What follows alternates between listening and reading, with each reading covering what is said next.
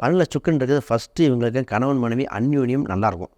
நிறையா பேர் ஜாதகத்தில் இவங்களுக்கு டைவர்ஸ் ஆக வாய்ப்பு குறைவு. ஏன்னா கணவன் மனைவி அந்யோன்யமாக இருந்துட்டாலே டைவர்ஸ் ஆக வாய்ப்பு இருக்குது. மறைந்த சுக்கரனுக்கு பார்த்திங்கன்னா இது ஒரு நல்லாயிருக்கும். சரி, இது 6ஆம் இடத்தையும் பார்ப்போம். அப்போ என்ன சொல்லுவோம், இவங்களுக்கு மனைவி வேலைக்கு செல்ல வாய்ப்பு உண்டு. வெளிநாடு போய் சொகுசு வாழ்க்கையை வாழ்வாங்க.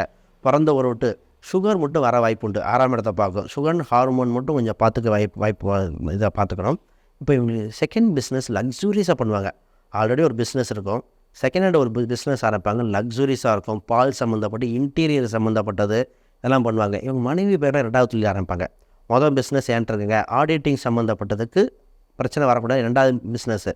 இதில் 12 சுக்கன் இருக்கிறவங்க கடைசி காலம் இந்த ராயல்ட்டின்னு சொல்லுவாங்க. ராயல்ட்டி வர்றது, ஃபிக்ஸ்டு டெபாசிட்டில் போட்டு இன்கம் வர்றது, சும்மா படுத்துக்கிட்டு இருந்தாலும் வருமானம் வரும், வாடகை வருமானம், ஆக மொத்தம் ஏதோ ஒரு வகையில் வருமானம் கொண்டு வந்துகிட்டே இருக்கும் இவங்களுக்கு.